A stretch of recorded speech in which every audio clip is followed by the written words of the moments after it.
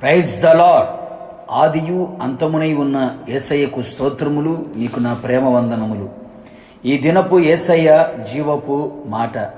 రాజుల 2వ గ్రంథము 20వ అధ్యాయము 5వ వాక్యం. నీవు కన్నీళ్లు విడుచుట చూచితిని. యేసయ్యను వెంబడించుచున్న నిజమైన శిష్యులారా, మన యేసు చూచుచున్న దేవుడు ఆకాశం నుండి వంగి తొంగి చూచుచున్నాడు. ఆయన మనలను చూచి మన ప్రార్థనలు ఆలకించి ఆరోగ్యమును, ఆశీర్వాదమును, ఆనందమును, ఆదరణను, ఆలోచనను అనుగ్రహించున్నట్లు కన్నీటి ప్రార్థన జీవితం కావాలి. ఆయన పాదాలను మన కన్నీళ్లతో తడుపవలెను. మన కన్నీళ్లకు విలువ ఉంది. మన కన్నీళ్లు ఆయన ఒక బుడ్డిలో భద్రపరచును, పుస్తకములో వ్రాయబడును. ఇంతవరకు ఈ లోక సంబంధమైన వాటి నిమిత్తము కన్నీళ్లు విడిచావు. అన్నిటికంటే ముఖ్యముగా ఆత్మ సంబంధమైన వాటి కొరకు మన కన్నీళ్లు కార్చెదము.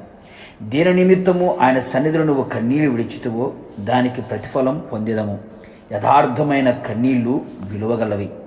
యేసయ్య కూడా ఈ భూమి మీద కన్నీళ్లతోనే ప్రార్థించి పాపమును, సాతానును, మరణమును, సమాధిని, పాతాళమును గెలిచి పరమునకు చేర్చబడెను, సింహాసనాసీనుడుగా మార్చబడెను.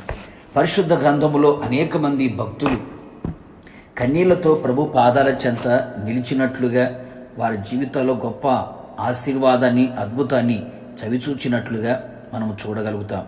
కన్నీళ్లు విడిచి ప్రార్థించి స్వస్థత పొందినవారు, ఆయుష్కాలం పెంచబడిన వారు కలరు. కన్నీళ్లు విడిచి ప్రార్థించి సంతానము పొందినవారు, నింద నిట్టూర్పులు ఎగిరిపోనట్లుగా చేయబడిన వారు కలరు. కన్నీళ్లు విడిచి ప్రార్థించి జయ జీవితమును పొందుకొని ఆశీర్వాదాన్ని అనుభవించిన వారు కలరు. కన్నీళ్లతో ప్రభు పాదాలను తడిపి రక్షణను, సమాధానమును పొందినవారు కలరు. పునరుత్థానపు ప్రత్యక్షతను అనుభవించిన వారు కలరు. సంఘములు కట్టబడినట్లుగా, సేవ స్థిరపరచబడినట్లుగా కన్నీళ్లతో ప్రార్థించిన వారు కలరు.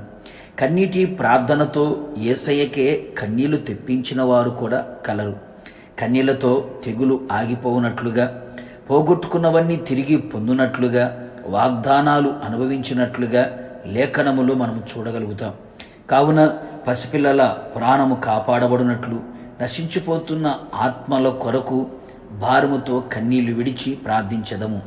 కావున ప్రియులారా, మత్తు నుండి మేలుకొని కఠినమైన రాతి వంటి హృదయమును తొలగించి విరిగి నలిగిన మనస్సుతో కన్నీళ్లతో ప్రభు పాదాల చెంతకు చేరెదము.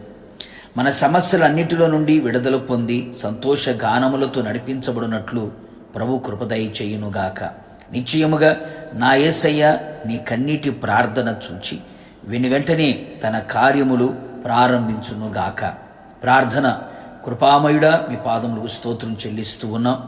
ఈ దినం మీరు మాకు ఇచ్చిన చక్కని వాక్కు కొరకు మీ స్తోత్రాలు.